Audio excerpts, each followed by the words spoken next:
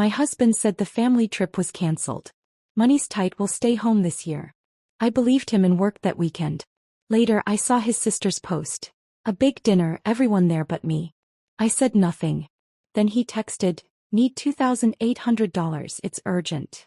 I wrote back, "Ask your family." Then I stopped paying and started healing. "Need $2,800, it's urgent." Henry's text glowed on my phone screen while I stood in the hospital supply closet, surrounded by boxes of gauze and the smell of antiseptic. 3 days earlier he'd told me the family lake trip was cancelled because money was too tight. 3 days earlier I'd believed him and picked up extra weekend shifts. But 2 hours ago I'd seen his sister Melissa's Instagram post. All of them at the lake raising glasses around a feast, my husband grinning in the corner of the frame. Now he wanted his monthly payment for his mother's mortgage. My thumbs moved across the keyboard. "Ask your family." The phone rang immediately. I let it buzz against my palm 3 times before declining the call. Another nurse needed the supply closet, so I grabbed the box of 4 tubes I'd supposedly come for and walked back into the fluorescent chaos of the ICU. My shift still had 4 hours left, but my marriage had just ended in 5 words. It hadn't always been about money. 7 years ago Henry and I had stood in a courthouse wearing our best clothes. His borrowed suit, my mother's dress taken in at the waist, promising to share everything. We'd laughed about our wedding budget of $300, joking that love was free and that was all we needed. Back then his family had seemed charming. Nancy brought homemade casseroles to our studio apartment. His father Robert helped us move our second-hand furniture. Melissa called me sister, and meant it, or so I'd thought. Before we dive deeper, if you believe that trust and honesty are the foundation of any marriage, please consider subscribing. It's free and helps us reach others facing similar betrayals. The financial bleeding started slowly, so slowly I hadn't noticed the first cuts. It began with Nancy mentioning offhand that the property taxes on the lake house had increased. "These old family places," she'd sighed over coffee in my kitchen, eyeing the water stain on our ceiling. "Sometimes I wonder if we should just sell it." All those memories of Henry growing up there, though. I'd looked at Henry's face, watched it crumble at the thought of losing his childhood summers, and heard myself offering to help. "Just a little, just temporarily. Maybe we could cover the taxes this year," I'd said. "Until things get better." Nancy had hugged me then, tears in her eyes, calling me the daughter she'd never had. The check started at $500, then grew to $1,000. Then somehow became $2,800 every month without any discussion. Henry handled it all, assuring me his parents were getting back on their feet and would repay us eventually. 3 weeks ago Nancy had shown up at our apartment with her famous apple pie, the one with the lattice crust that took hours to make. She only made that pie when she wanted something significant. I'd served it on our mismatched plates while she talked about the dock needing repairs, how grateful she was for our help. How she bragged to her church friends about her generous daughter-in-law. "Not many girls your age understand family loyalty," she'd said, patting my hand with her manicured fingers. Her wedding ring, upgraded last year to a 2-carat diamond for their 30th anniversary, caught the light. I'd been wearing the same 1/4-carat chip Henry had proposed with, telling myself size didn't matter. The conversation that changed everything had happened at our wobbly kitchen table, the one we'd pulled from a curb 5 years ago and painted white to hide the scratches. Henry had sat across from me, fidgeting with his wedding ring, unable to meet my eyes. "The lake trip's off this year," he'd said, his voice carrying the weight of false disappointment. "Money's just too tight, Lauren. Maybe next summer." I'd reached across the table and squeezed his hand, feeling the calluses from his golf clubs. The expensive set his father had given him for his birthday, which he used every weekend to network, for his consulting business that never seemed to land any actual clients. "We're in this together," I'd said, already calculating which weekend shifts I could pick up. "I'll take some extra hours. We'll get through this." He'd smiled then, that boyish grin that had made me fall for him in college when we were both broke students surviving on ramen and dreams. "We're a team, babe. Thank you for understanding. Mom and Dad will be disappointed, but they'll get it." I'd pictured Nancy's face, imagined her sadness at not having the annual family gathering. The guilt had twisted in my stomach as I logged into the hospital system and signed up for the weekend shifts I'd previously declined. 12-hour days Saturday and Sunday. Time and a half pay that would help cover our expenses while Henry's family struggled. That Friday morning before my weekend shifts, Henry had been unusually affectionate. He'd made me coffee, the good stuff from the specialty shop, not our usual grocery store brand, and watched me get ready for work. When I'd grabbed my bag heavy with the protein bars and instant noodles that would be my meals for the next 48 hours, he'd pulled me close. His hands had lingered on my shoulders, thumbs rubbing small circles through my scrubs. "Lauren," he'd said, and something in his voice had made me look up. His eyes were bright, almost feverish. "Thank you for understanding. For being so supportive. I know this isn't easy." "We're married," I'd said simply. "Your family is my family." He'd kissed me then, longer than our usual morning goodbye, his hands tangling in my hair. When he'd pulled back, there'd been something in his expression I couldn't read. Guilt, maybe, or grief, or just the stress of financial pressure.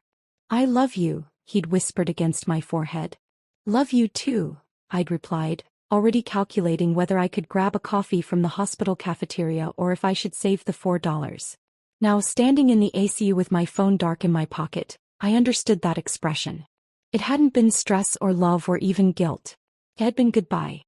He'd been saying goodbye to the wife he was about to betray, to the trust he was about to shatter, to the version of me who would have done anything for his family. The supply closet moment kept replaying as I moved through my shift duties. 2 hours ago everything had made sense. 2 hours ago I'd been exhausted but proud, working extra to support my struggling family. Now I saw it all differently. Every transferred payment, every sacrifice, every weekend shift while they gathered at the lake without me. $2,800 a month. For 3 years. The ICU corridors stretched ahead of me as I pushed through the rest of my shift, that text exchange burning in my pocket like a hot coal. 4 hours suddenly felt like 40. Every patient I touched, every fore I inserted, every chart I updated, it all happened through a fog of disbelief. My body moved on autopilot, muscle memory guiding me through procedures while my mind churned. Saturday morning arrived too quickly. 5 hours of restless sleep on our lumpy mattress, alone in our bed, before my alarm dragged me back to consciousness. Henry hadn't come home, or maybe he had and left again. His pillow remained untouched, still carrying the dent from Thursday night. I dressed in fresh scrubs, grabbed my work bag and headed back to St. Mary's for my weekend shifts. The trauma bay erupted 20 minutes into Saturday's shift. The ambulance radios crackled with incoming reports. Multi-vehicle collision on I-75, at least 6 cars involved, multiple criticals inbound. We had 3 minutes to prepare before the chaos arrived. The first stretcher burst through the automatic doors. A teenager, maybe 16, unconscious and bleeding from a head wound. I grabbed the gurney's side rail, helping wheel him into trauma room 3 while the paramedic rattled off vitals. Behind us, more sirens wailed their approach. "Lauren, I need you in here," Dr. Martinez called out, already gowned and ready. His hands moved with practiced precision as we worked to stabilize the boy. Blood seeped through my gloves within minutes, staining the blue latex dark red. The mother's screams echoed from the hallway. Someone had told her which room her son was in, but protocol kept her outside while we worked. For the next 6 hours I didn't think about Henry once. Crisis has a way of narrowing your focus to the immediate present. Insert this for. Check these vitals. Comfort this family member. Move to the next patient. The teenager survived, barely. His mother collapsed against me when we finally let her in, her tears soaking through my scrubs as she thanked me over and over. I held her steady, whispered that her son was strong, that he'd pull through, while my own world quietly crumbled in my chest. By the time I finally got a break, it was past 7 in the evening. The cafeteria had already closed, leaving me with vending machine options. I bought a stale sandwich and weak coffee, carrying both to the staff break room. My feet throbbed inside my compression socks. 12 hours down, 12 more to go tomorrow. I pulled out my phone to check messages. Nothing from Henry. But Melissa's Instagram story notification sat there, posted 4 hours ago. Against my better judgment, I clicked it. The video loaded slowly on the hospital's struggling Wi-Fi. First came the lake at sunset, golden light dancing across the water. Melissa's camera panned across the scene with amateur enthusiasm. "Perfect family weekend," her voice chirped through my earbuds. "So blessed to have everyone together." Champagne glasses appeared in frame, multiple hands raising them in a toast. The camera moved to show the outdoor dining setup. String lights twinkling overhead, a table groaning under the weight of food. A glazed ham sat centerpiece, surrounded by corn on the cob, potato salad, coleslaw, and what looked like Nancy's famous peach cobbler. Then the camera swept past the people. Nancy in a new sundress, the coral color complementing her recently dyed blonde hair. Robert manning the grill with a spatula in one hand and a beer in the other. Jake with a woman I'd never seen before, presumably the girlfriend he'd been dating for 8 months but who was too shy to meet me. Brian, Henry's college roommate who'd driven 3 hours for this cancelled trip. And there, just for 2 seconds in the corner of the frame, Henry. My husband raised his beer toward the camera, his wedding ring glinting in the dying sunlight. He wore the Tommy Bahama shirt I'd bought him for Christmas last year, the one he said was too nice for regular wear. His face carried the relaxed expression of a man without worries, without guilt, without a wife working herself to exhaustion 40 minutes away. I watched it again. Then again. 17 times I played that video in the fluorescent-lit break room, each viewing revealing new details that cut deeper. The craft beer in Henry's hand, Stone Brewing IPA, $15 a six-pack. We'd stopped buying it months ago because of our budget. Nancy's sundress still had the Nordstrom tag tucked into the back, visible when she turned to hug someone. The table settings were the good china, the ones she claimed were too delicate to use regularly. Jake's girlfriend wore a tennis bracelet that caught the light. Brian had brought what looked like an expensive bottle of wine. Even the corn on the cob had those fancy holders shaped like tiny corn cobs that Nancy had bought last summer from Williams-Sonoma. My coffee went cold as I studied each frame. This wasn't a last-minute casual gathering. This was planned. Coordinated. The ham alone would have taken hours to prepare. Nancy's hair appointment must have been scheduled weeks in advance. The string lights were new, professional grade, not the cheap ones from Target. They'd all known. Every single person in that video had known they were coming to this cancelled trip while I'd been signing up for overtime shifts. My hands trembled as I closed Instagram and opened our banking app instead. I needed to see it again to understand the full scope. There they were, 36 months of transfers.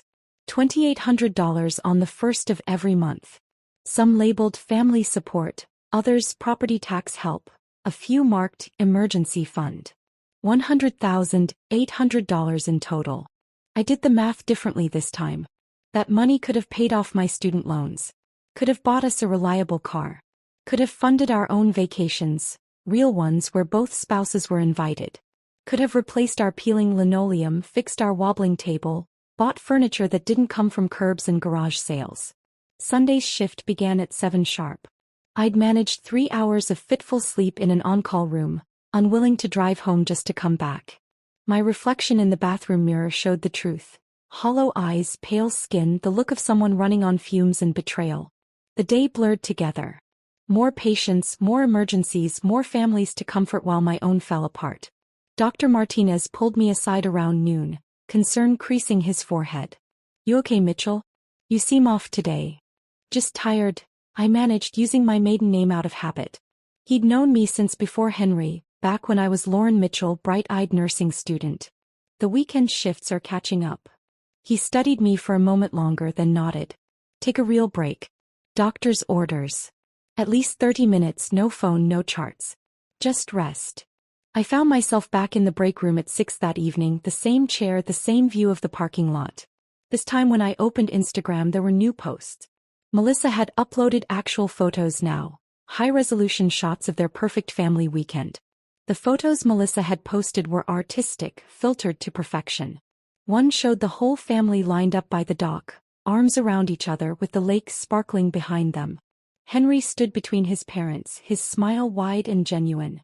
The timestamp read Saturday, 2:47 p.m., when I'd been holding that teenager's mother in the trauma bay. I closed Instagram and drove home through Sunday's empty streets. 11 p.m. and the city felt abandoned. My 8-year-old Honda wheezed at stoplights, the check engine light flickering its familiar warning. We couldn't afford to fix it, or so I'd been told. The radio played some ballad about trust and love and I turned it off, preferring the silence. When I pulled into our apartment complex, Henry's car wasn't in its usual spot. Of course not. He was probably still at the lake, sleeping off his weekend of family bonding. I climbed the 2 flights to our unit, my legs heavy with exhaustion. The apartment was dark, untouched since Friday morning. His coffee mug still sat by the sink unwashed. The bed remained made with military precision the way I always left it. I sat on our second-hand couch in the darkness, still in my scrubs, too tired to shower but too wired to sleep. The weekend played through my mind in fragments. The trauma bay, the mother's tears, Melissa's video, those 36 months of payments. My phone showed no messages from Henry. Not even a, "How's your shift?" or "Drive safe." Nothing. Monday morning arrived with surgical precision. 7 a.m. I heard his key in the lock. I was at the kitchen table having my first cup of coffee, when Henry walked in carrying a paper bag from the expensive bakery downtown and a carrier with 2 coffees. "Hey babe." His voice was bright, cheerful. His face carried a subtle tan, the kind you get from a weekend on the water. "Brought breakfast. Thought you might be hungry after your shifts." He set everything on the table with the casual ease of someone without secrets. Fresh bagels, cream cheese, even lox. Probably $30 worth of breakfast for our tight-budget household. He slid 1 coffee toward me, then leaned in to kiss my cheek. I didn't move away, but I didn't lean in either. "How was your weekend?" he asked, settling into his chair with practiced normalcy. "The shift's brutal?" I studied his face the way I'd assess a patient, checking for telltale signs, symptoms of guilt or deception. But Henry was a skilled performer. His brown eyes held steady contact, his smile remained easy, his hands didn't fidget. Just a husband asking about his wife's work weekend. "Yes," I said, taking a sip of coffee. "It was perfect. Oat milk, extra shot, exactly how I liked it. Tough weekend." "I'm sorry you had to work," he said, spreading cream cheese on his bagel. "I mostly just caught up on reports, did some work on the balcony. Got a bit of sun actually." He gestured to his face with a self-deprecating laugh. "Forgot sunscreen like an idiot." The balcony. Our tiny balcony that barely fit 1 chair, where the afternoon sun hit for maybe an hour if you were lucky. I nodded, watching him bite into his bagel, sesame seeds scattering across the table. "Your mom texted," I lied smoothly. "Said she needs the payment today." Henry didn't miss a beat. "Oh right. Yeah, the first already? Time flies. I'll handle the transfer after my shower." He stood, stretching like a cat in sunshine. "God, I'm sore. Must have slept weird. Or spent the weekend water skiing," I thought but didn't say. He headed toward the bathroom, already pulling off his shirt. I heard him turn on the water, then his off-key singing began. Some pop song from the radio. He only sang in the shower when he was completely relaxed, when life was good, when he had no worries weighing him down.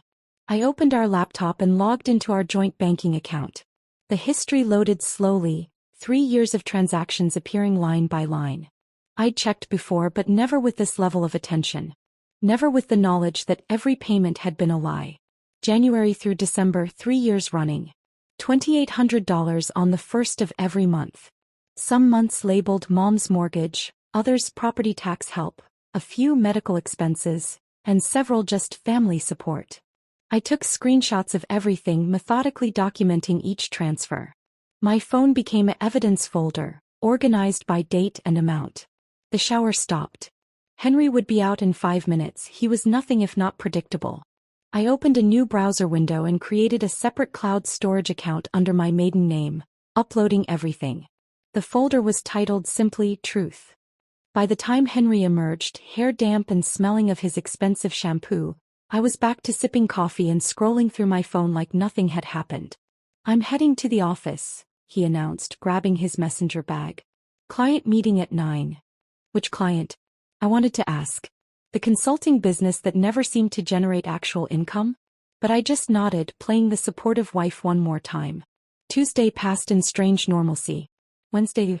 Henry acted like nothing was wrong and I matched his performance. We ate dinner together, watched TV, discussed mundane things like grocery lists and whether to renew our Netflix subscription. He mentioned his parents were doing better financially, maybe wouldn't need our help much longer. I made appropriate supportive noises while calculating how much of my life I'd wasted believing his lies. Thursday changed everything. I was at lunch in the hospital cafeteria, picking at a sad salad because the good food was too expensive for someone funding her in-laws' lifestyle. My phone buzzed with a text from Henry. "Babe, Need $2,800 today. Mom's mortgage is due. It's urgent. Can you transfer? I stared at that message while around me the hospital hummed with its usual controlled chaos. In the distance an alarm beeped. Someone's floor was finished. A doctor was being paged overhead. Normal emergencies, real ones, not the manufactured financial crises of the Hartley family. My thumbs moved across the keyboard with the same precision I used to chart medications. 5 words, ask your family. The phone rang within seconds. Henry's name flashed on the screen, and I could practically feel his panic through the digital connection. I stood up, leaving my half-eaten salad and walked quickly to the supply closet down the hall. It was the only private space I could find on short notice. What's that supposed to mean?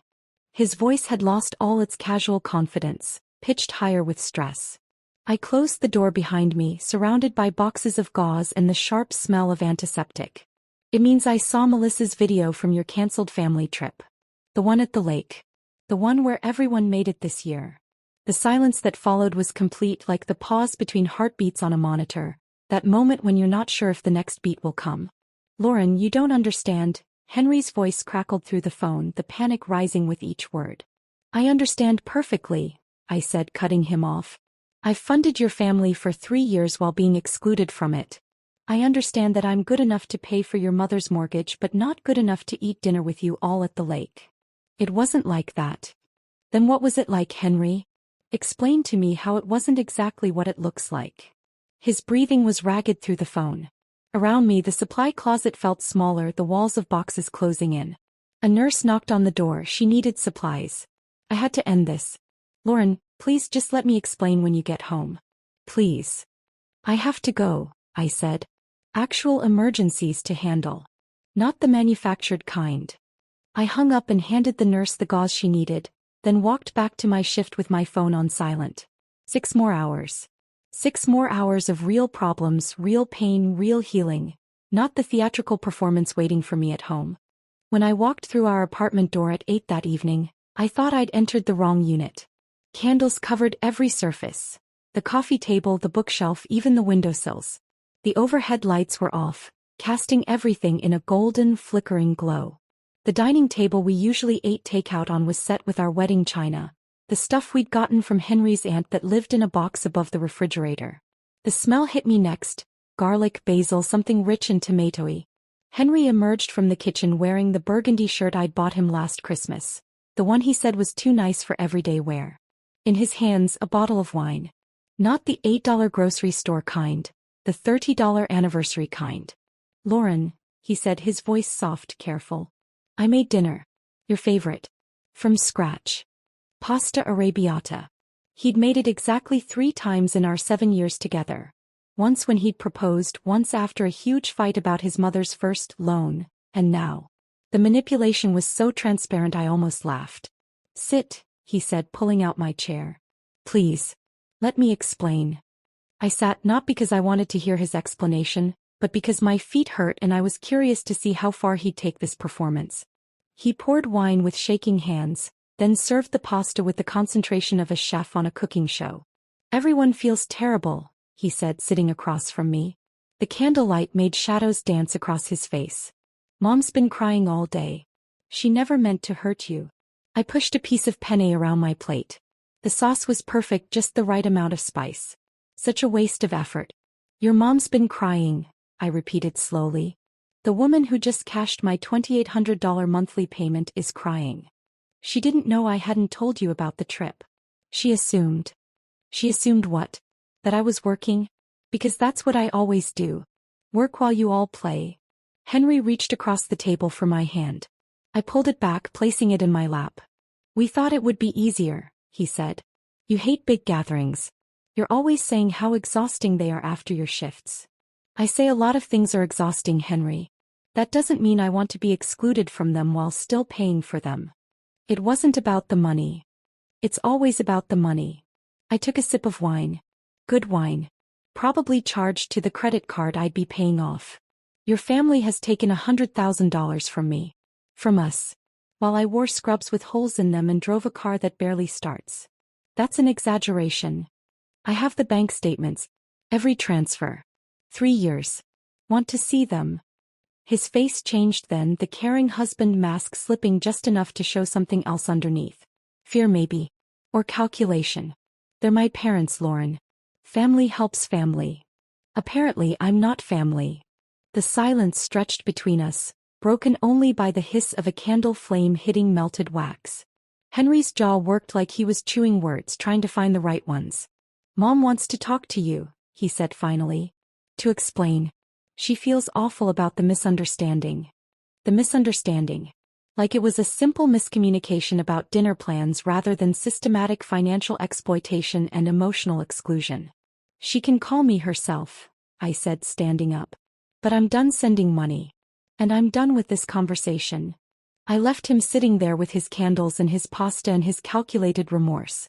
Friday morning, Nancy's call came while I was getting dressed for my shift. Her name on my phone screen made my stomach turn, but I answered anyway, putting her on speaker while I pulled on my scrubs. Lauren, sweetheart. Her voice dripped with that southern sweetness she could turn on like a faucet. This whole thing has gotten so out of hand. Has it? I kept my voice neutral, clinical. We thought you were working, dear. Henry said you'd picked up extra shifts. We didn't want to make you feel bad about missing the family time. I tied my shoes slowly, letting her words hang in the air. So instead of inviting me and letting me decide, you lied to me. That was the kinder option. We didn't lie. Henry told me the trip was cancelled. Was that true, Nancy? Silence. Beautiful, damning silence. The money you send, it's not about that, she started again. We're grateful, of course, but family is about more than money. I agree, I said, standing up and checking my reflection. Which is why I'm confused about being excluded from family events I'm paying for. Lauren, please. The house, the mortgage, we could lose everything. Maybe you should sell one of the boats, I suggested, my voice sweet as hers. Or ask the family members who actually got invited to your gatherings. The real family. You don't mean that. I do. The transfers stop now.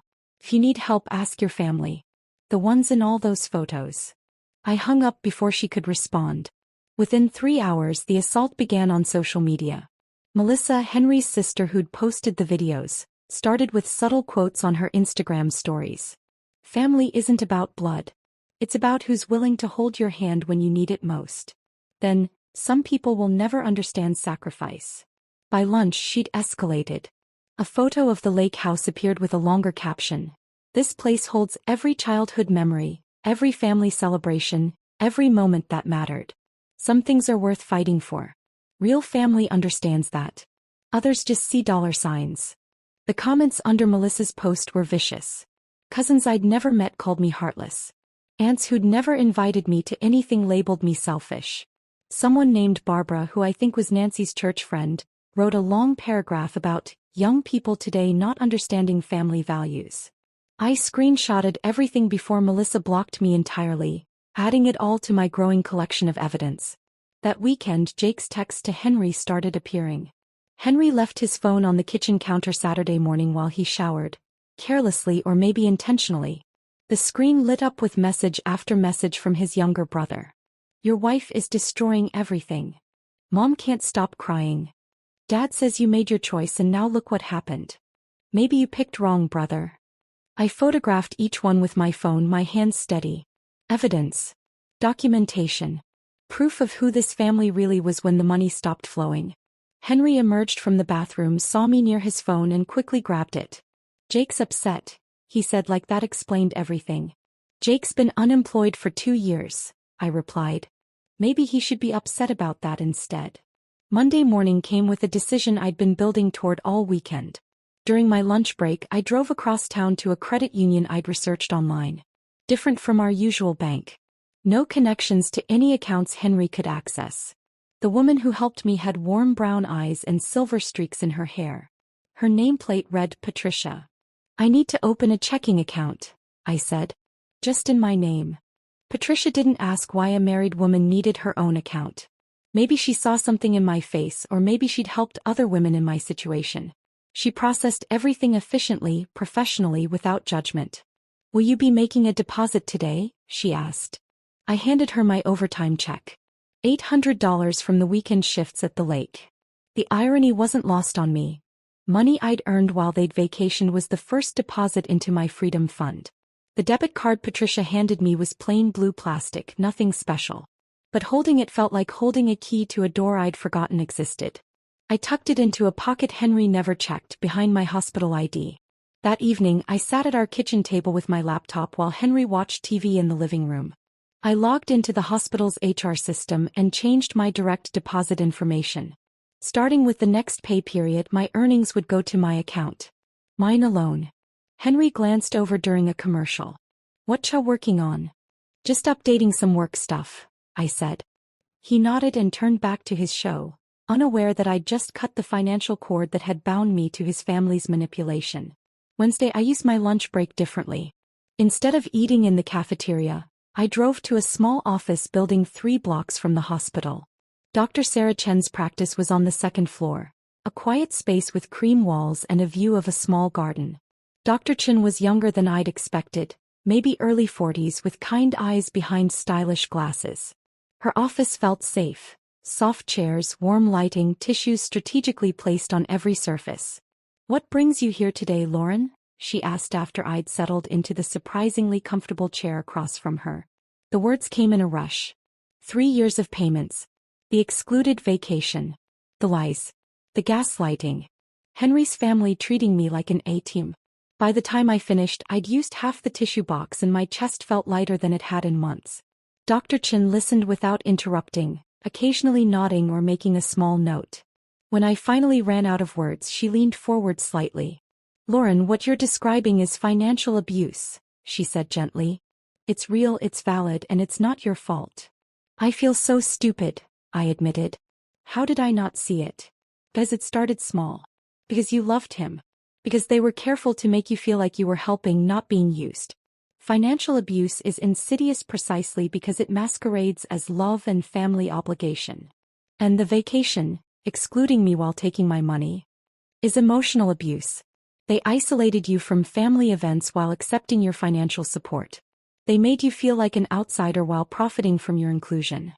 The validation hit me like a wave. Someone else saw it. Someone professional, trained, objective, saw exactly what they'd done to me. "I've started separating my finances," I told her. "Opened my own account." "That's a huge step," Dr. Chen said. "How does it feel?" "Terrifying," I admitted. "And free." We talked for the full hour, and when I left, I'd scheduled appointments for the next month. $2,800 I'd saved by not sending it to Nancy would cover therapy for quite a while. Thursday and Friday I spent my breaks at work on my phone, scrolling through apartment listings. Everything close to the hospital was either too expensive or too sketchy. But Friday afternoon I found it. A 1-bedroom in a building that used to be a Catholic school, converted to apartments. Clean, safe, and only 10 minutes from work. I called immediately. The landlord, Mrs. Patterson, had a voice that reminded me of my grandmother's. "Can you come by tomorrow morning?" she asked. "Say 10 o'clock? Saturday I told Henry the first was picking up an extra shift. Instead I drove to the converted school building. Mrs. Patterson was waiting outside. A woman in her 70s with silver hair and knowing eyes. "You're the nurse from St. Mary's?" she asked. "Yes, ma'am." She led me up one flight of stairs to a corner unit. When she opened the door, morning sunlight flooded through windows that actually opened. The floors were original hardwood, scratched but clean. The kitchen was small but had a gas stove. The bathroom had a clawfoot tub. "I was a nurse too," Mrs. Patterson said, watching me take it all in. "Retired 5 years ago. I know that look, the one that says you need a fresh start. Is it that obvious?" "Only to someone who's been there." She handed me the rental application. "Take your time. If you need it today, it's yours." I filled out the application using my maiden name, Lauren Mitchell. Felt like writing my real name for the first time in years. "When can I move in?" I asked, handing her the completed forms and deposit check from my new account. "Whenever you're ready," she said, giving me the keys. Sometimes the best time to start over is right now. That night was Henry's monthly poker game with Jake and their friends. He left at 7, kissing my cheek absently, already texting the group about beer preferences. The moment his car pulled away, I began. I moved methodically through the apartment, taking only what was mine before the marriage or absolutely essential. My nursing textbooks, the coffee maker I'd bought myself, clothes that still fit my grandmother's jewelry box. Each item went into boxes I'd grabbed from the hospital loading dock. The wedding china stayed. The picture stayed. 7 years of accumulated couple stuff stayed. At the kitchen table, I arranged the printed bank statements in chronological order. 36 months of evidence. Next to them, I placed my wedding ring, the tiny diamond catching the overhead light one last time. Then the note written in my steadiest handwriting. I've withdrawn my funding and myself from this arrangement. Your family can support you now. By the time Henry's car pulled into the parking lot at midnight, I was in my new apartment, sitting on the floor with just a sleeping bag and the satisfaction of escape. The first voicemail came Tuesday morning while I was checking on a patient. Nancy's number on my missed calls. I listened to it during my break. Lauren, honey, it's Mom. The presumption of her calling herself that made my skin crawl. There must be some confusion at the bank. The transfer didn't come through. Could you check on that? Call me back. Wednesday brought another. Lauren, the mortgage company called. This is serious. We need that payment today. Please call back. By Thursday her tone had shifted. How could you do this to family? After everything we've done for you? We could lose the house. I deleted each message after listening once. No guilt, no second guessing. Just a mild satisfaction like watching someone who'd cut you off in traffic get pulled over by police. You look different, Beth mentioned during shift change Thursday night. Better. More rested or something. Finally getting enough sleep, I said, which was true. In my new apartment, I slept without Henry's snoring, without the anxiety of bills I couldn't track, without the weight of funding people who despised me. Friday afternoon, Melissa struck back through social media. The photo appeared on Instagram while I was eating lunch in the hospital cafeteria. The lake house, beautiful in afternoon light with a red and white for sale sign stabbed into the front lawn. Her caption was pure manipulation. Thanks to some people's selfishness, childhood memories are being sold. 30 years of family gatherings gone. Some people only see dollar signs where we see home. The comment section became a battlefield.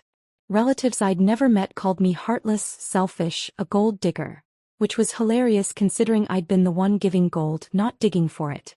Someone named Aunt Helen wrote a novel-length comment about young wives these days, not understanding sacrifice. But then Susan from my night shift found the post. Sweet Susan, who'd covered for me during my worst days, who'd seen me counting pennies for lunch while sending thousands to Henry's family. Her comment was brief but devastating. Maybe if you'd treated her like family instead of an ATM, she'd still be helping. Just a thought. Melissa deleted it within minutes, but not before Susan screenshotted it. By end of shift, half the nursing staff had seen the exchange. They'd adopted me as their cause, these women who understood exhaustion and sacrifice and being undervalued. That witch, Beth said looking at the screenshot. Posting that after taking your money for years? The audacity. Saturday morning Henry started his campaign. The first email arrived at 6 a.m., 3 pages long, single-spaced, detailing our entire relationship history and why I was making a mistake. I deleted it unread after the first paragraph. The flowers came next, delivered to the hospital reception desk during my Saturday shift. Roses, 24 with a card that said, "Please come home. We can work this out. H." The receptionist, Maria, who'd heard the whole story through the hospital grapevine, gave me a look. "Want me to donate these to the cardiac ward?" "Perfect," I said. "The patients will appreciate them more than I do." Sunday he escalated. I was leaving through the employee exit after my shift when I saw him waiting by my car. He looked terrible, unshaven, wrinkled clothes, the pallor of someone who hadn't been sleeping. "Lauren, please. Just 5 minutes. Move away from my car, Henry. We need to talk about us. There is no us. There's you and your family and me and my self-respect. Those are 2 different relationships. That's not fair." "Fair." I laughed, but there was no humor in it. Fair would have been inviting me to the vacation I paid for. Fair would have been telling me the truth about where our money went. Fair would have been treating me like a wife instead of a bank. He tried to block my car door. That's when Officer Johnson appeared. Hospital security had apparently been watching from inside. "Sir, you need to leave hospital property," Johnson said, his hand resting on his radio. "This is my wife." Who has asked you to move away from her vehicle? Let's go. As Johnson escorted Henry toward the visitor parking lot, Henry called back. This isn't over, Lauren. We're married. Not for much longer, I replied, getting into my car. The nurses at the evening shift change had apparently watched the whole thing from the break room windows. When I went back in to clock out properly, they gave me a quiet round of applause. Dr. Martinez appeared with a cup of coffee. You okay, Mitchell? He'd started using my maiden name without being asked. Better than okay, I said, accepting the coffee. Free. Monday's text from Henry tried a different angle. Jake lost his bike. Had to sell his jackets too. He loved those jackets. Hope you're happy. Jake, who hadn't worked in 2 years, who'd spent his days riding around on a motorcycle Nancy paid for with my money, had finally met consequences. I took a photo of the new scrubs I'd bought myself, the first new work clothes I'd had in 2 years, and sent it back. I love being able to afford work clothes. Funny how that works. He didn't respond to that one. Through the hospital grapevine, I learned more about the family's collapse. Jake had taken a warehouse job, his first real employment since I'd known him. The lake house had multiple offers but all below asking price. Apparently the dock really did need those repairs Nancy had mentioned. Henry had moved back in with his parents to help them through this difficult time, though I suspected it was because he couldn't afford our apartment alone. Nancy left one final voicemail that week. I hope you can live with yourself destroying a family like this. We welcomed you in and this is how you repay us. I saved that one. Not out of guilt but as a reminder. They'd welcomed my money, not me. And now, finally, they were learning the difference. I listened to Nancy's voicemail one more time before deleting it forever. Her words, destroying a family, echoed in my empty apartment as I packed for a trip I'd been planning for weeks. 2 months of saving my own money, 2 months of not funding their lifestyle, and I finally had enough for something I'd only dreamed about. A solo trip to Sedona. The Red Rocks had called to me since nursing school when a classmate showed photos from her vacation there. Back then I'd promised myself that someday when I had money I'd go. Now I realized I'd always had the money. I'd just been giving it away to people who didn't value me enough to invite me to dinner. The flight was early morning, cheaper that way. I'd learned to appreciate small savings now that I was keeping my earnings. The middle seat didn't bother me. The crying baby 2 rows back didn't faze me. I was flying toward something instead of running from something, and that made all the difference.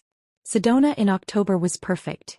Warm days, cool nights, golden light that made the Red Rocks glow like they were lit from within. I'd booked a modest hotel, nothing fancy, just clean and quiet with a view of Thunder Mountain from my window.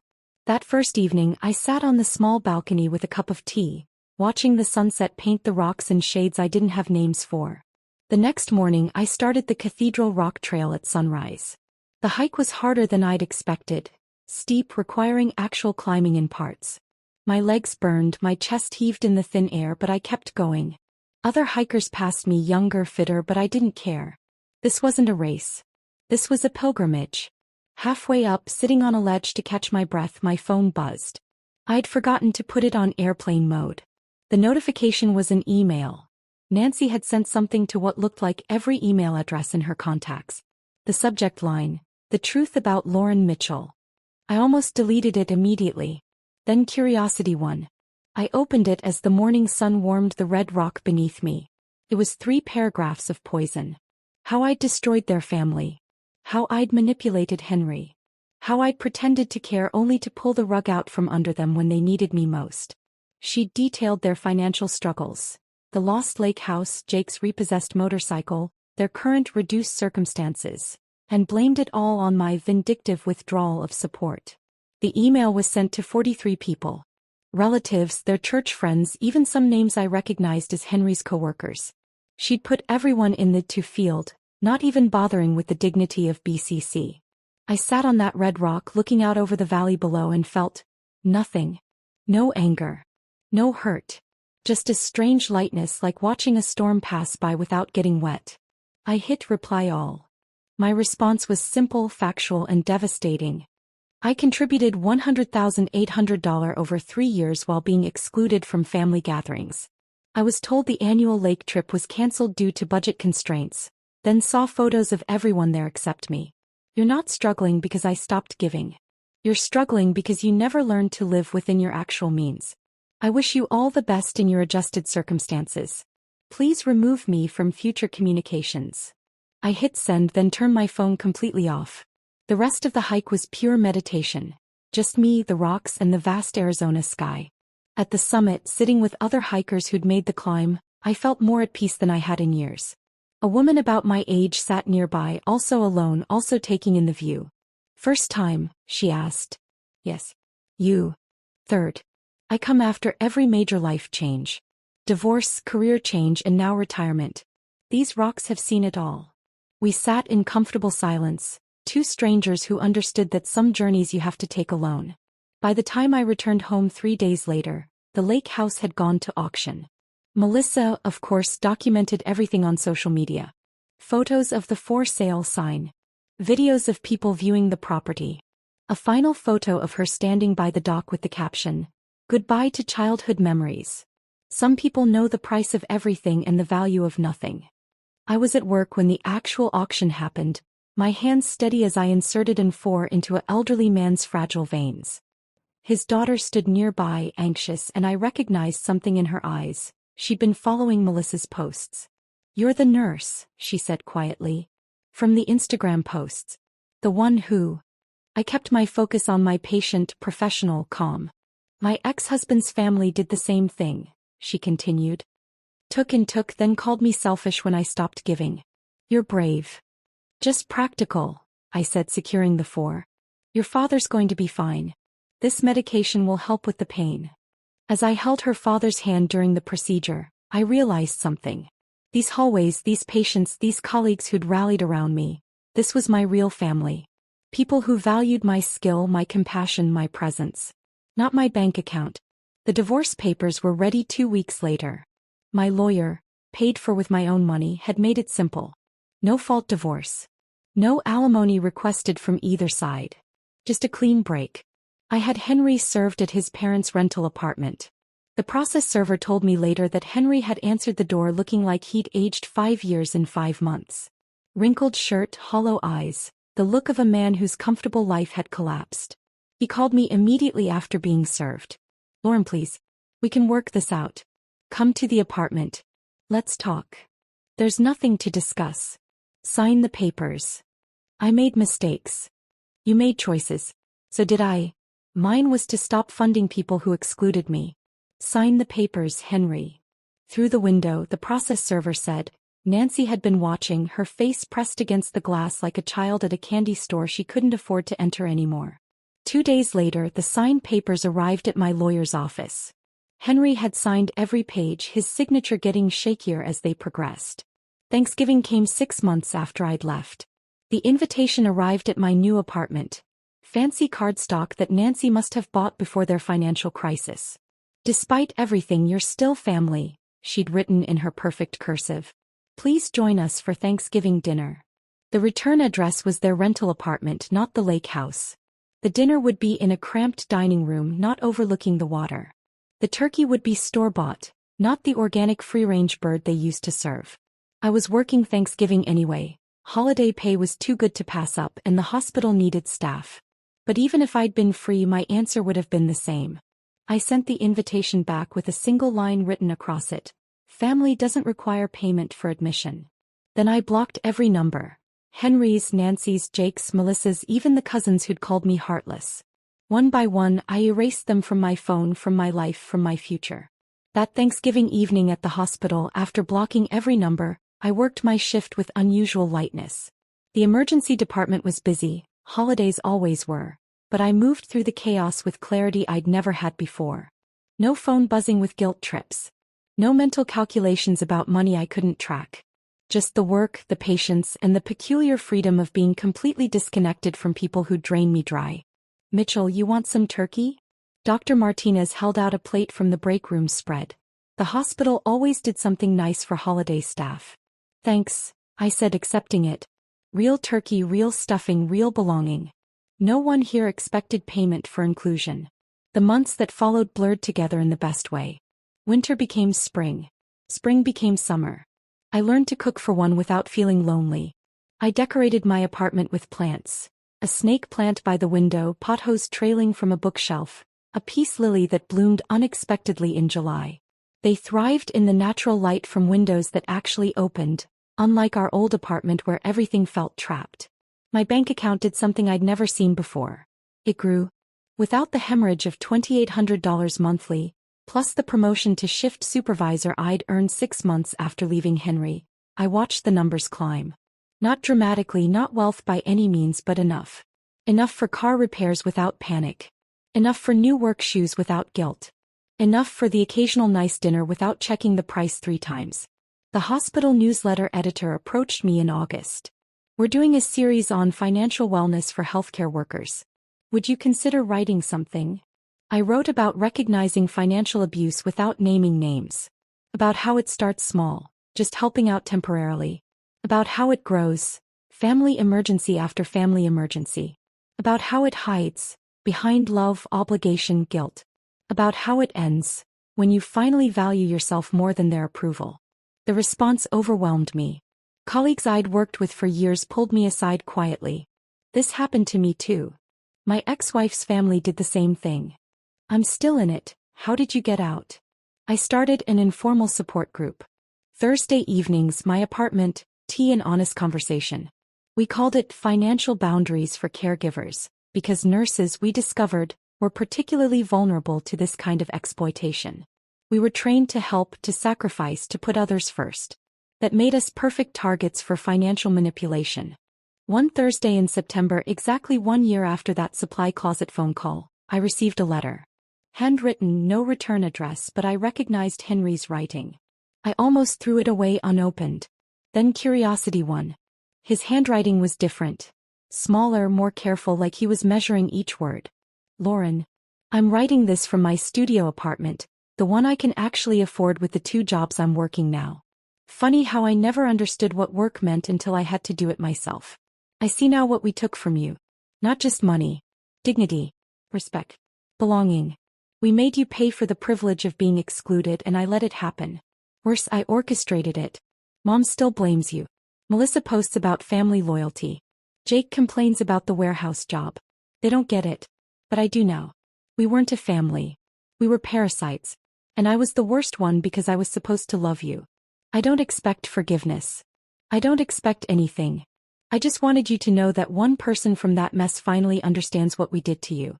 It was wrong. It was cruel. And you deserved so much better. I hope you found it. Henry." I read it once, sitting at my small dining table with a cup of coffee. Felt a moment of sadness for the marriage that could have been if he'd been this honest from the start. Then I filed it away in a box labeled, "Past," and went on with my day. 2 months later, Mrs. Patterson knocked on my door. "Did you see the obituary?" Nancy had passed. Heart attack at 67. The funeral would be Saturday at the Lake Town church they'd attended when they had the lake house. Before they lost everything. I didn't go. But I wasn't surprised when, 3 weeks later, a certified letter arrived from a law firm. Nancy's will, executed years ago when they had money and I was still the dutiful daughter-in-law, had never been updated. She'd left me her jewelry collection. Melissa contested it immediately, of course. But the will was ironclad, written back when Nancy had been playing the loving mother-in-law, probably thinking the jewelry would keep me grateful and giving. The irony was perfect. She'd accidentally given me one final payment from beyond the grave. The collection appraised at $15,000. Good pieces, real gold quality gems. Things she'd worn to family gatherings I wasn't invited to, purchased with money I'd helped provide. I sold every piece to a dealer downtown, then drove directly to the women's shelter on Maple Street. The director, a tired-looking woman named Patricia, accepted the cashier's check with surprise. "This is incredibly generous. Would you like to name the donation? For our records." "Call it the Family Fund," I said. "For women finding their real families after losing fake ones." She studied my face with the recognition of someone who'd heard similar stories. "The Family Fund it is. Today marks 2 years since that Instagram video. 2 years since my world shifted. I volunteered for the sunrise shift, wanting to mark the anniversary with something meaningful, work that actually mattered. The drive to the hospital at 5 a.m. was perfect. Empty streets, classical music on the radio, coffee in my travel mug. The good stuff I could afford now. The sky lightened gradually, painting clouds in shades of peach and gold. My phone tucked in my bag stayed silent. No desperate texts about urgent needs. No voicemails about destroyed families. No guilt trips disguised as invitations. Just peace. I parked in my designated spot, one of the perks of being a supervisor, and walked toward the employee entrance.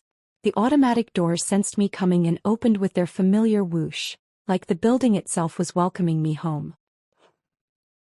If this story of financial betrayal and sweet independence had you cheering for Lauren, hit that like button right now. My favorite part was when Lauren texted back, "Ask your family," after discovering the truth about that lake house vacation. What was your favorite moment of justice? Drop it in the comments below. Don't miss more empowering stories like this. Subscribe and hit that notification bell so you never miss an upload.